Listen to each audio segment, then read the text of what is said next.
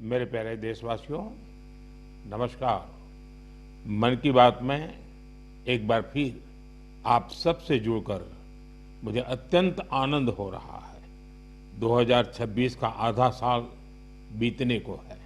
इन 6 महीनों में हमने मन की बात में देशवासियों की अनेक उपलब्धियों पर चर्चा की है। जून में भी देश ने कुछ ऐसी उपलब्धियां हासिल की हैं जो हर देशवासी को गर्व से भर देती है।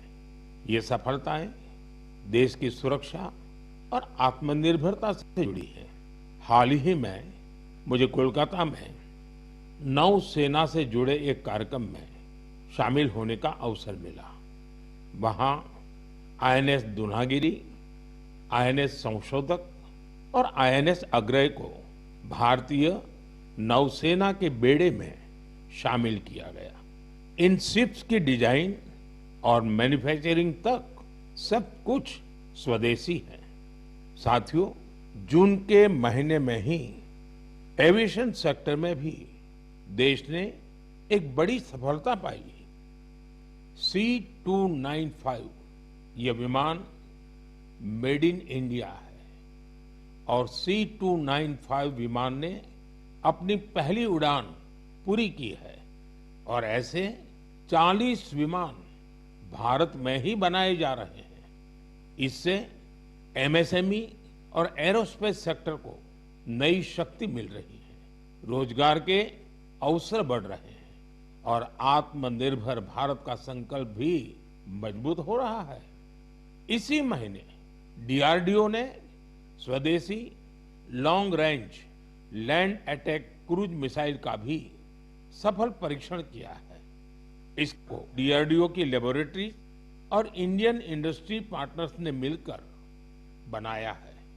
यानी आज समुद्र से लेकर आकाश तक हमारा भारत अधिक सुरक्षित और आत्मनिर्भर बन रहा है। साथियों, जून में एक और आयोजन हुआ जिसमें पूरी दुनिया भारत के प्रयासों से जुड़ी और ये कार्यक्रम था अंतर्राष्ट्रीय योग दिवस। इस बार दुनिया के 2500 से अधिक स्थानों पर योग के अनेक विविध कार्यक्रम हुए। हमारे देश में करोड़ों लोगों ने स्थान स्थान पर योग कार्यक्रमों में हिस्सा लिया। इस महीने अहमदाबाद में आयोजित विश्व योगासन चैंपियनशिप की भी बड़ी चर्चा हुई। इसमें भारत ने कुल 114 पदक जीते। इनमें 102 गोल्ड मेडल भी शामिल है। भारत इस चैंपियनशिप की पदक तालिका में पहले स्थान पर रहा।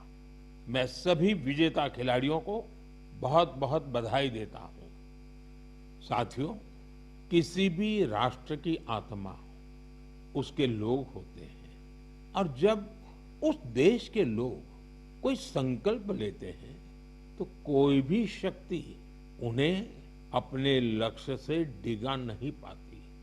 राष्ट्र निर्माण में जन भागीदारी की ये ताकत भारत की बहुत बड़ी पूंजी है और इस जन भागीदारी का हम बार बार अनुभव कर रहे हैं। साथियों, पश्चिम एशिया में बनी युद्ध की स्थितियों को देखते हुए मैंने देशवासियों से कुछ आग्रह किए थे।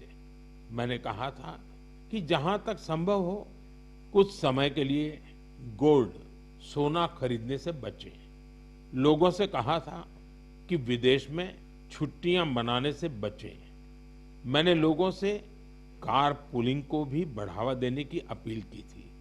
मैंने किसानों से केमिकल मुक्त खेती के लिए, खेत बचाने के लिए और प्राकृतिक खाद का ज्यादा से ज्यादा इस्तेमाल का आग्रह किया था। साथियों, मैं देश के हर नागरिक का आभारी हूं कि मेरी अपील का उन्होंने न सिर्फ समर्थन किया बल्कि हर तरफ से उसमें अपना सहयोग कर रहे हैं। मुझे कई परिवारों ने संदेश भेजकर अपने अनुभव साझा किए हैं। कितने ही परिवारों ने तय किया है कि घर के विवाह में इस बार सोना नहीं खरीदेंगे। जरूरत पड़ी तो पुराने सोने को रिसाइकल करके नए गहने बना लेंगे। कितने ही लोगों ने सोशल मीडिया पर यह भी लिखा है कि कैसे उन्होंने इस बार विदेश यात्रा को टाल दिया है। साथियों, कार पुलिंग को लेकर भी लोगों ने अनेक अनुभव साझा किए हैं। जो लोग हर दिन एक ही दिशा में अपने अपने वाहनों से जाते थे, वे अब साथ जाने लगे हैं। लोग हर संभव बस और मेट्रो का उपयोग कर रहे हैं। इससे पेट्रोल और डीजल की बचत हो रही है। इसी तरह देश के अलग अलग हिस्सों में प्राकृतिक खाद की खपत बढ़ने की भी खबरें आ रही हैं। साथियों, मुझे इस बात की खुशी है कि इस ग्लोबल क्राइसिस का हम भारतीय मिलकर मुकाबला कर रहे हैं। मुझे विश्वास है जन भागीदारी की यही शक्ति हमें मजबूती देगी, हमें सफल बनाएगी।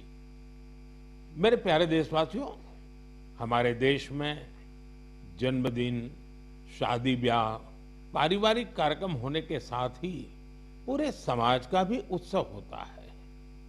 हर परिवार चाहता है कि उसकी खुशियां दूसरे के साथ भी साझा हो। लोग मेहमानों को उपहार भी देते हैं। साथियों, महाराष्ट्र के नांदेड़ में एक परिवार ने अपनी खुशियां बांटने के लिए ऐसा काम किया है जो चर्चा का विषय बन गया है। यहाँ नांदेड़ के बहादुरपुरा गांव में पेटकर परिवार रहता है। इस परिवार ने सोचा कि अगर खुशी बांटनी ही है तो ऐसी चीज दी जाए जो मुश्किल समय में किसी परिवार का सहारा बने। अपने घर में विवाह के अवसर पर इस परिवार ने गांव के लगभग 3,500 लोगों के लिए दुर्घटना बीमा की व्यवस्था की। हर व्यक्ति को 1 लाख रुपए का बीमा कवर दिया गया। इस पहल के पीछे की भावना बहुत स्पर्श करने वाली है। परिवार ने देखा था कि दुर्घटना के बाद परिवारों को आर्थिक कठिनाइयों का सामना करना पड़ता है। ऐसे समय में एक छोटी सी सहायता भी बहुत बड़ा संबल बन जाती है। साथियों, सरकार देश के करोड़ों परिवारों तक सुरक्षा का कवच पहुंचा रही है। प्रधानमंत्री सुरक्षा बीमा योजना के तहत केवल 20 रुपये के सालाना प्रीमियम, यानी केवल 1 साल के 20 रुपये का प्रीमियम, उस पर 2 लाख रुपए तक का दुर्घटना बीमा मिलता है। अब तक इस योजना से 58 करोड़ से अधिक लोग जुड़ चुके हैं। इनमें करीब 28 करोड़ हमारी माताएं, बहनें, बेटियां हैं, महिलाएं हैं। इस योजना से पीड़ित परिवारों को अब तक जो हिसाब मिला है, 3,700 करोड़ रुपए से अधिक की सहायता मिल चुकी है। साथियों, उसी प्रकार से प्रधानमंत्री जीवन ज्योति बीमा योजना भी उतनी ही अहम है। ये योजना व्यक्ति की दुखद मृत्यु होने पर उसके परिवार को 2 लाख रुपए का बीमा कवर देती है। इसका वार्षिक प्रीमियम सिर्फ 436 रुपये है, मतलब एक दिन का मुश्किल से 1.5 रुपया। इस योजना से अब तक 27 करोड़ से अधिक लोग जुड़े हैं। इसके तहत देश के करीब 11 लाख परिवारों को करीब 22,000 करोड़ रुपए की सहायता मिल चुकी है। ये आंकड़े बहुत बड़े हैं। इन आंकड़ों के पीछे लाखों परिवारों की अपनी अपनी कहानी है। कहीं किसी माँ को बच्चों की पढ़ाई जारी रखने में सहायता मिल गई, कहीं किसी पत्नी को घर की जिम्मेदारियां संभालने का सहारा मिल गया। साथियों, कई बार बहुत बड़ी सुरक्षा की शुरुआत बहुत छोटी राशि और एक छोटे से कदम से हो सकती है। छोटा सा भी निर्णय बहुत बड़ा बदलाव करता है। मेरा आप सभी से आग्रह है कि अपने परिवार में इन योजनाओं की जानकारी जरूर साझा करें। मेरे प्यारे देशवासियों, मन की बात में अब बात एक ऐसे विषय की जो हजारों साल पुराना है, हजारों साल से मानव समाज में घर कर करके बैठ गया है। ये विषय है अंधविश्वास का। अंधविश्वास कई बार केवल एक गलत धारणा नहीं होता, वो डर पैदा करता है। और जब डर मन पर हावी हो जाता है तो इंसान सच को देखना ही बंद कर देता है। अंधविश्वास में डूबे लोग फिर बिना तर्क के, बिना सत्य जाने ऐसे फैसले लेने लगते हैं जिनका बड़ा नुकसान होता है। वहीं समाज में ऐसे लोग भी होते हैं जो विज्ञान, अनुभव और तर्क के आधार पर उन धारणाओं को चुनौती देते हैं। अंधविश्वास से विश्वास तक की ये यात्रा आसान नहीं होती। और आज मैं ऐसी ही एक सफल यात्रा के बारे में आपको जरूर बताना चाहता हूं। साथियों, असम में एक पक्षी पाया जाता है। उस पक्षी का नाम है हरगिला। हरगिला एक दुर्लभ पक्षी है। ये प्रकृति को स्वच्छ रखने में अहम भूमिका निभाता है, लेकिन असम के कुछ इलाकों में लंबे समय तक इसे अशुभ माना जाता था। लोग इसे अपने आसपास देखना पसंद नहीं करते थे। कई बार उन पेड़ों को भी काट दिया जाता था जिन पर हरगिला के घोंसले बने होते थे। सोचिए, एक ऐसा पक्षी जो पर्यावरण की सफाई में मदद करता है, वही हरगिला लोगों के डर का शिकार बन गया था। इसी दौरान जीव वैज्ञानिक पूर्णिमा देवी बर्मन ने ये सब देखा। उन्होंने लोगों के मन में बैठी गलत धारणा को बदलने का संकल्प लिया। उन्होंने महिलाओं से बात की, उन्होंने लोगों को विज्ञान के आधार पर समझाया। धीरे धीरे महिलाएं इस अभियान से जुड़ने लगी। फिर एक बड़ा बदलाव शुरू हुआ। जिस पक्षी को कभी अशुभ मानकर भगाया जाता था, वही गांवों की पहचान बनने लगा। हजारों ग्रामीण महिलाएं हरगिला को बचाने के लिए आगे आई। आज उन्हें हरगिला आर्मी के नाम से जाना जाता है। इन महिलाओं ने समाज के साथ संघर्ष भी किया, समाज को समझाने के लिए दिन रात काम किया और अंधविश्वास को पीछे छोड़ करके रहे। उन्होंने दिखाया है, जब सही जानकारी पहुंचाई जाती है तो वर्षों पुरानी सोच भी बदल सकती है। साथियों, मैं अक्सर कहता हूं, जो खेलता है वो खिलता है। आज देश में ऐसे युवाओं की संख्या बहुत तेजी से बढ़ रही है, जो खेल भी रहे हैं और खिल भी रहे हैं। पहले की तुलना में अब कहीं अधिक युवा खेलों को कैरियर के रूप में अपना रहे हैं। मुझे नागालैंड के दो ऐसे प्रयासों के बारे में जानकारी मिली है जो बहुत दिलचस्प है। पहला प्रयास है नागालैंड बेबी लीग। नाम सुनकर आपको जरूर लगता होगा कि ये बहुत छोटे बच्चों की कोई साधारण लीग होगी, लेकिन ऐसा नहीं है। ये 5 से 10-12 साल की आयु के छोटे छोटे बच्चे, फूल जैसे बच्चों की एक असाधारण लीग है। और इन बच्चों के फुटबॉल खिलाड़ियों की एक ऐसी लीग है जो उनकी रफ्तार को और प्रतिभा के लिए उनको प्रेरित भी करती है और उनकी पहचान भी बनाती है। इसकी शुरुआत नागालैंड के अधिक से अधिक बच्चों को फुटबॉल से जोड़ने के लिए हुई थी। 5 से 12 वर्ष तक के लड़के और लड़कियां इसमें हिस्सा ले सकते हैं। ये लीग अब अपने 3 वर्ष पूरे कर चुकी है। इस लीग का बच्चों के मन पर बहुत अच्छा प्रभाव पड़ा है। साथियों, नागालैंड में एक और अच्छा प्रयास हो रहा है। इसका नाम है नागालैंड विमेन फुटसल लीग। हो सकता है आपके लिए ये फुटसल एक नया नाम होगा। मैं आपको बताता हूं, फुटसल को इंडोर फुटबॉल भी कहा जाता है। इसमें एक टीम में केवल 5 खिलाड़ी होते हैं। खेल का मैदान भी फुटबॉल के मैदान से बहुत छोटा होता है। इस कारण खिलाड़ियों को तेज फैसले लेने होते हैं। उन्हें अपनी टेक्निक और स्किल का बेहतर इस्तेमाल करना पड़ता है। नागालैंड की विमेन फुटसल लीग हमारी बेटियों को अपनी प्रतिभा दिखाने का अच्छा अवसर दे रही है। मैं ऐसी पहलों के लिए नागालैंड के लोगों की सराहना करता हूं। ऐसे प्रयास देश के दूसरे हिस्सों को भी प्रेरणा देते हैं।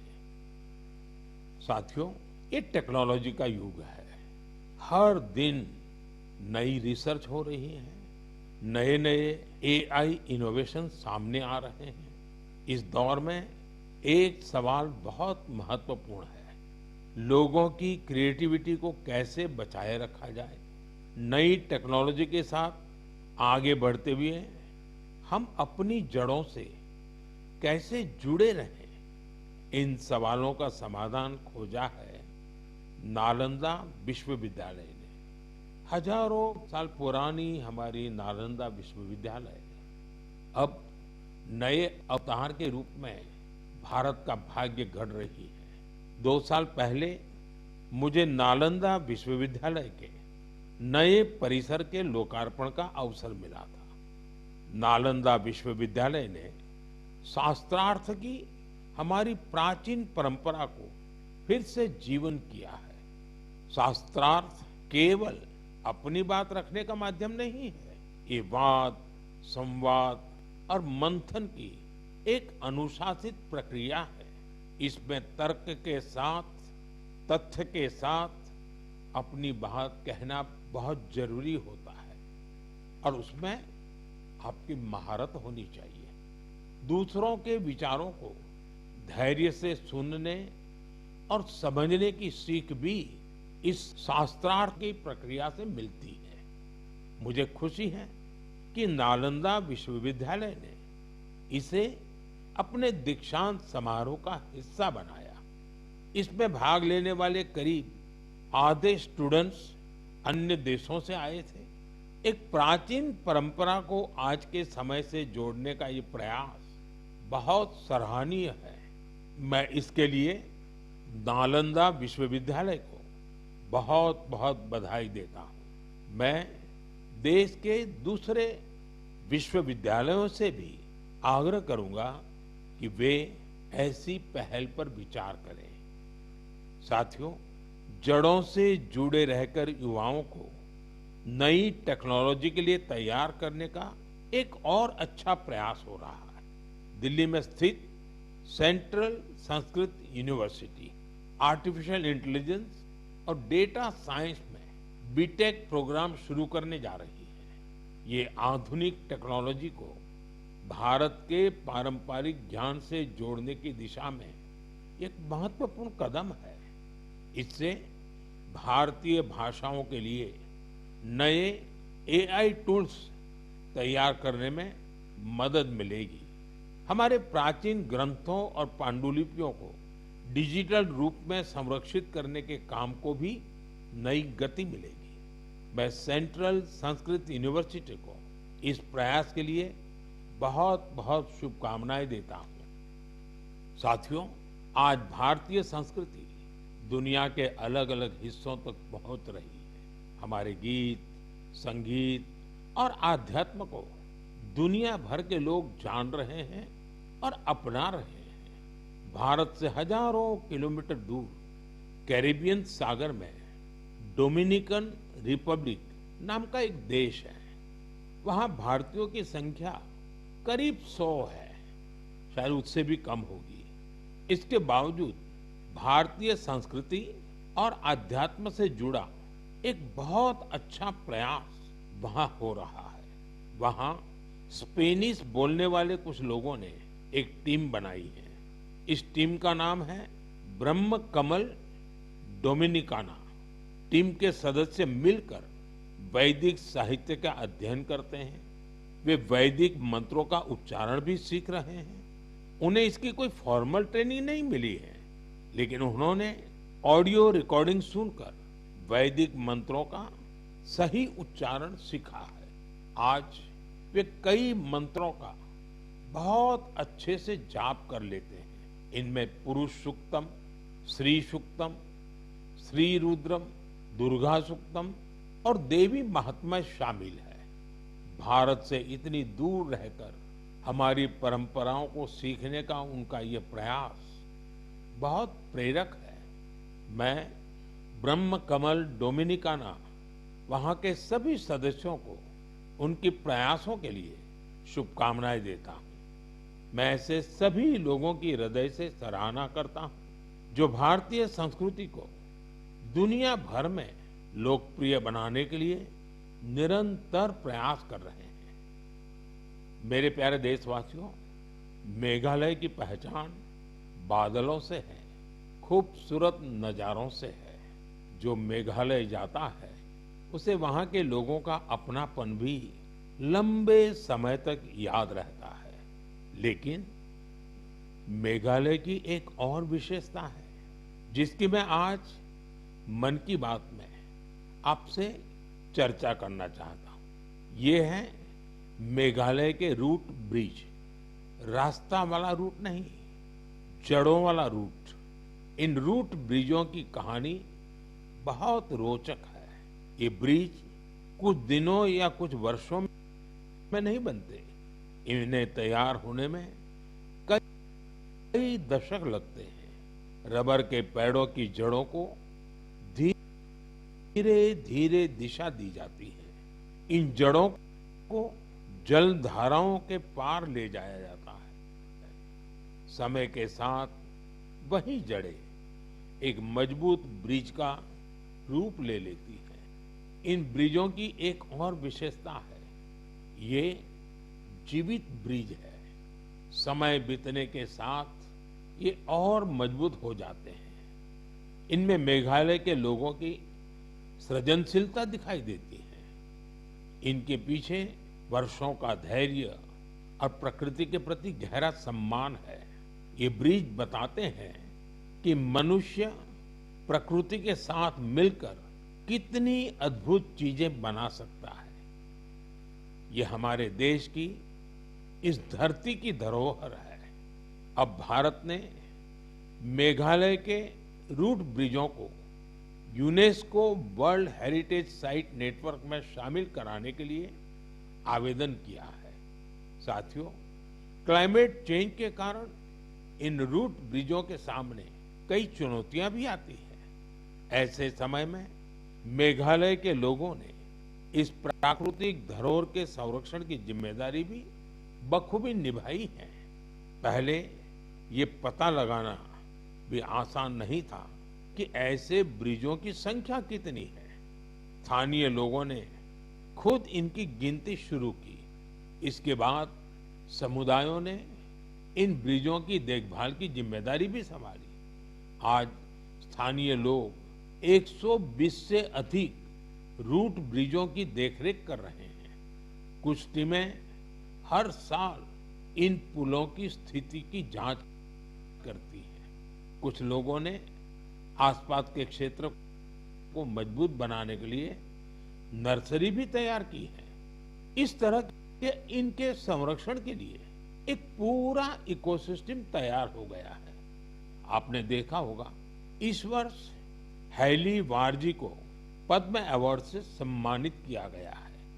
उन्होंने अपने जीवन के 50 से अधिक वर्ष इन रूट ब्रिजों की देखभाल में लगाए हैं। उनका समर्पण हम सभी के लिए प्रेरणादायक है।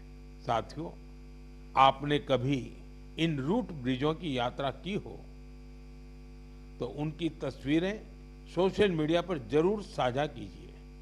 आपकी तस्वीरें दूसरे लोगों को भी मेघालय की इस अनोखी धरोहर के बारे में जानने के लिए प्रेरित करेगी। मेरे प्यारे देशवासियों, हम सभी चाहते हैं कि हमारा गांव साफ सुथरा हो, हमारा शहर सुंदर दिखे, लेकिन शायद ही कभी रुककर ये सोचा जाता है कि हमारे आसपास जो कचरा जमा होता है, कौन उसे साफ करता है। ज्यादातर लोग तो यही मानकर चलते हैं कि ये किसी और की जिम्मेदारी है और वो ही सफाई करेगा। लेकिन हमारे बीच कुछ ऐसे भी लोग होते हैं जो अपनी सोच से हमें बहुत प्रेरित करते हैं। मुझे मध्य प्रदेश के राजगढ़ जिले के ब्यावरा की कुछ बहनों के बारे में जानने का अवसर मिला। उन्होंने अपने आसपास फैले प्लास्टिक कचरे को हटाने का संकल्प लिया। ये नहीं सोचा कि कोई आकर बदलाव लाएगा। उन्होंने खुद शहर भर से प्लास्टिक कचरा और खाली बोतलें इकट्ठा करना शुरू किया। धीरे धीरे ये प्रयास आगे बढ़ता गया और फिर उस प्लास्टिक को इको ब्रिक्स में बदला जाने लगा।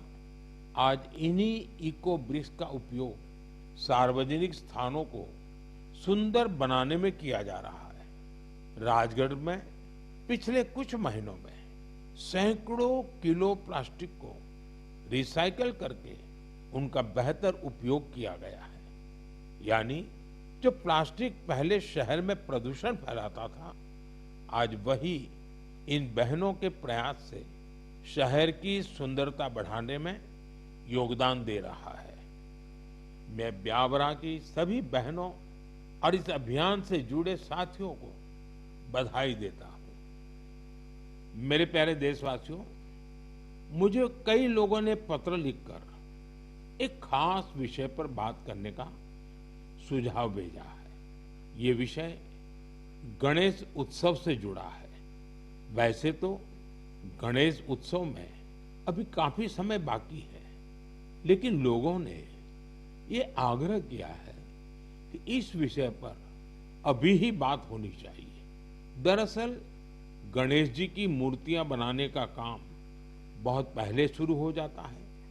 मूर्ति बनाने वाले, मूर्तियों के व्यापार से जुड़े लोग अभी से सक्रिय हो जाते हैं। इसलिए मेरा आप सभी से एक आग्रह है, आप प्रयास करें कि आपके घर, सोसाइटी या आसपास की जगहों पर गणपति बप्पा की जो मूर्ति स्थापित हो, वो हमारे देश की मिट्टी से बनी हो, वो हमारे अपने कुम्हारों और स्थानीय कलाकारों के हाथों तैयार हुई हो। जो लोग गणेश जी की मूर्तियां बनाते हैं, उनसे भी मेरा आग्रह है कि वे मिट्टी की मूर्तियों को प्राथमिकता दें, और जो लोग मूर्तियां खरीदते हैं, वे भी यह जरूर देखें कि गणपति बप्पा की मूर्ति किससे बनी है और किस देश में तैयार हुई है।